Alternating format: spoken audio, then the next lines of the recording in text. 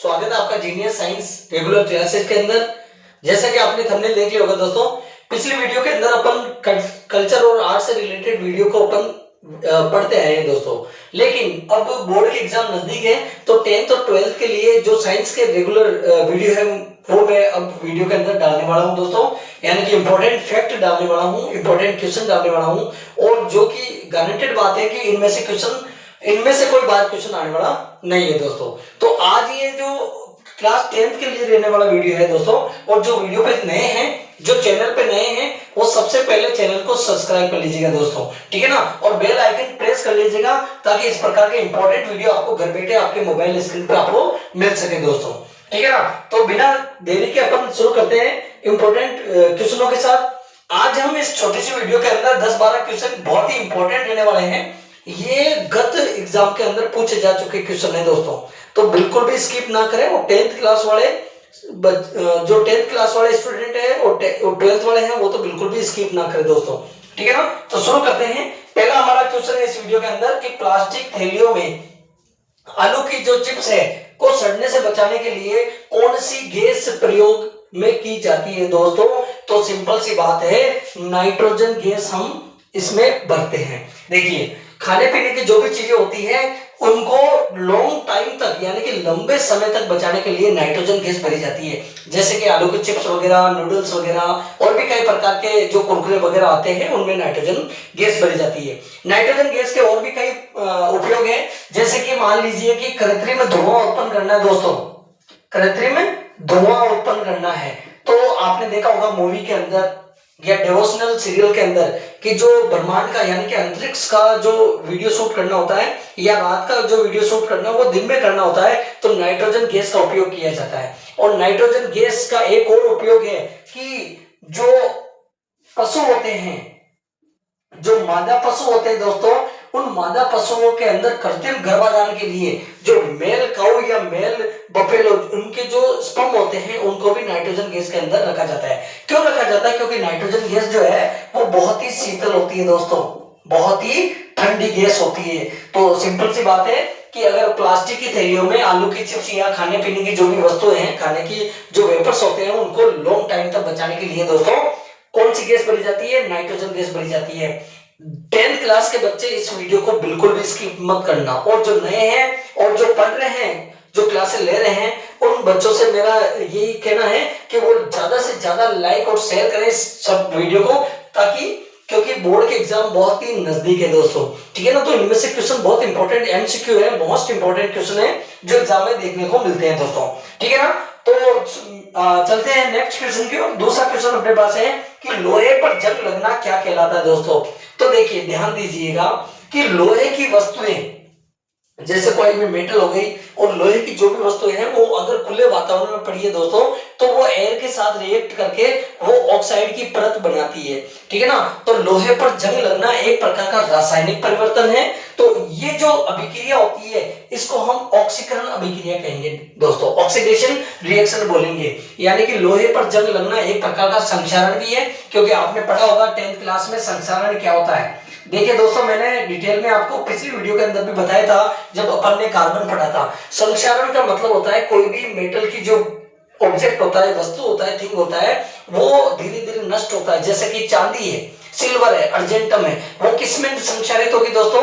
वो काले रंग में संक्षारित होगी। बहुत ही इंपॉर्टेंट चीज है क्योंकि क्वेश्चन में पूछा जा चुका है। और इसके बाद अगर कॉपर की बात करें, तांबा जो है वो हरे रंग के अंदर संक्षारित होता है दोस्तों, और सोना जो है वो बहुत ही कम संक्षारित होता है, और लोहा जो होता है वो हल्के पीले भूरे रंग के अंदर संक्षारित होता है, हल्के पीले भूरे रंग के अंदर संक्षारित होता है। तीसरा क्वेश्चन इसके अंदर आता है वह अभिक्रिया यानी कि वह रिएक्शन जिसमें उष्मा का अवशोषण होता है। बहुत ही इंपॉर्टेंट चीज है भाई। देखो, उष्मा का अवशोषण हो रहा है तो डेफिनेटली क्या होगा? उष्मा शोषी अभिक्रिया होगी। दो प्रकार की रिएक्शन होती है, 10th वाले छात्र ध्यान दें कि एक प्रकार की अभिक्रिया होती है उष्मा शेपी और दूसरी होती है उष्मा शोषी।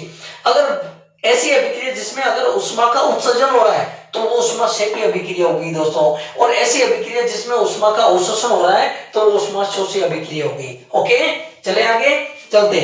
चौथा क्वेश्चन हमारे पास है कि तनु HCl अम्ल में लोहे की छीलन डालने पर क्या होगा। देखिए तनु HCl एसिड, HCl एसिड जो होता है वो बहुत ही कंसंट्रेट जोन का, हायर कंसंट्रेट जोन का एसिड होता है दोस्तों।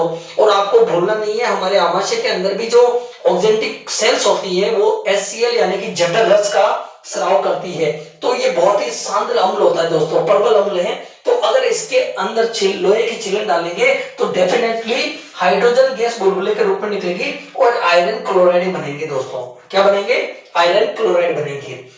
पांचवा क्वेश्चन हमारे पास है कि एक पदार्थ, यानी कि हम उस पदार्थ का नाम X मान लेते हैं, एक पदार्थ जो अपने जलीय विलयन में प्रोटॉन देने की प्रवृत्ति रखता है। अब यहाँ पर ध्यान दीजिएगा, पिछले वीडियो के अंदर अपन ने एसिड बेस साल्ट पढ़ रखे हैं दोस्तों, ठीक है ना।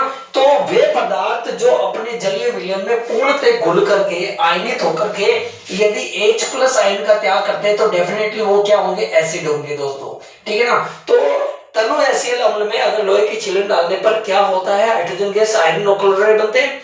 इसके बाद में वे पदार्थ जो अपने जलीय विलयन में प्रोटॉन देने की क्षमता रखता है तो वो होंगे अम्ल, वो होंगे अम्ल। आर्नियस कॉन्सेप्ट आपको दिमाग में रखना है कि ऐसे पदार्थ जो अपने जलीय विलयन में पूर्णतः आयनित होकर के, विघटित होकर के, टूट करके H+ आयन देने की क्षमता रखते हैं तो वे सभी के सभी पदार्थ अम्ल होंगे दोस्तों, ठीक है ना। चलते हैं अगले क्वेश्चन की ओर। दीवारों पर सफेदी करने में कौन सा रसायन प्रयोग किया जाता है? तो चूना पत्थर प्रयोग किया जाता है। अब याद कर लीजिएगा, दो प्रकार के चूना पत्थर होते हैं, एक होता है CaO दोस्तों, इसे बोलते हैं बिना बुझा हुआ चूना पत्थर, कैल्शियम ऑक्साइड, और दूसरा होता है कैल्शियम कार्बोनेट, ठीक है ना, और कैल्शियम हाइड्रोक्साइड। अब ये देखिए कैल्शियम कार्बोनेट और कैल्शियम ऑक्साइड, इन दोनों को अपन खड़िया के रूप में, किस रूप में? खड़िया के रूप में दोस्तों हम दीवारों की सफेदी करने के लिए यूज करते हैं दोस्तों, ठीक है ना। नेक्स्ट क्वेश्चन है हमारे पास कि फिनोप्थलीन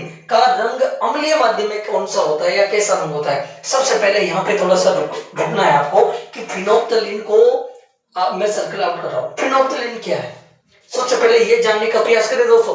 फिनोप्थलीन देखो दो प्रकार के सूचक होते हैं, एक होता है कृत्रिम सूचक, एक होता है प्राकृतिक सूचक। प्राकृतिक सूचक की बात करें तो हल्दी है, ठीक है ना, और लिटमस पत्र है। लिटमस पत्र नीले और लाल लिटमस पत्र के अंदर अवेलेबल है दोस्तों। लिटमस पत्र एक प्रकार का प्राकृतिक सूचक है जो कि लीचेन प्लांट यानी कि लाइकेन पौधे से प्राप्त होता है, उसकी डाई प्राप्त होती है, डाई से फिर लिटमस पेपर तैयार किए जाते हैं। तो फिनोप्थलीन एक प्रकार का कृत्रिम सूचक है, लेकिन अगर अम्लीय माध्यम के अंदर अगर इसको देखा जाए तो इसका कोई भी रंग शो नहीं होता है, क्योंकि फिनोप्थलीन अम्लीय माध्यम के अंदर रंगहीन होता है दोस्तों, याद रखिएगा, बहुत इंपॉर्टेंट क्वेश्चन है। और लेकिन अगर क्षारीय माध्यम हो तो फिनोप्थलीन हल्का पिंक कलर शो करता है। तो देखो अम्लीय विलयन के अंदर तो फिनोप्थलीन का कोई भी रंग नहीं होता है, लेकिन क्षारीय माध्यम है तो वो डेफिनेटली गुलाबी रंग देगा दोस्तों। अगला क्वेश्चन बेकिंग पाउडर।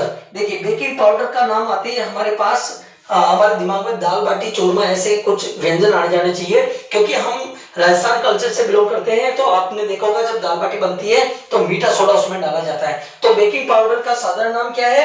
मतलब मीठा सोडा या खाने का सोडा, या हम इसे रसोई घर का सोडा भी कह सकते हैं। इसका रासायनिक फॉर्मूला होता है दोस्तों NaHCO3, NaHCO3, और इसको सोडियम बाइकार्बोनेट के नाम से भी जानते हैं, सोडियम हाइड्रोजन बाइकार्बोनेट के नाम से भी इसको जानते हैं दोस्तों। बहुत ही इंपॉर्टेंट क्वेश्चन था ये भी।